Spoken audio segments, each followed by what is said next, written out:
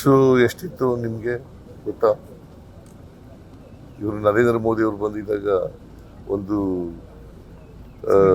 Cylinder gas ಎಷ್ಟು 414 ರೂಪಾಯಿ. ಈಗ ಎಷ್ಟಿದೆ? 1,000 ರೂಪಾಯಿ ಆಗಿದೆ. ಯಾರು ಹೆಚ್ಚು ಮಾಡಿದ್ದು?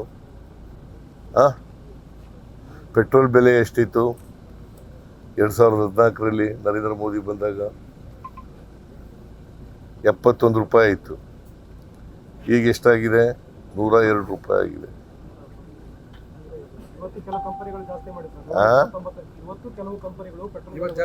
ಕಂಪನಿಗಳು ಇವತ್ತು ಜಾಸ್ತಿ ಆಗಿದೆಯಲ್ಲ. ಯಾರಪ್ಪ ಜಾಸ್ತಿ ಮಾಡಿದವರು? ಡೀಸೆಲ್ ಬೆಲೆ ಎಷ್ಟಿತ್ತು? 53 ರೂಪಾಯಿ ಇತ್ತು ಒಂದು ಲೀಟ್ರಿಗೆ. ಈಗ ಎಷ್ಟಾಗಿದೆ? 95, 96. ಯಾರು ಇದನ್ನು ಜಾಸ್ತಿ ಮಾಡಿದವರು?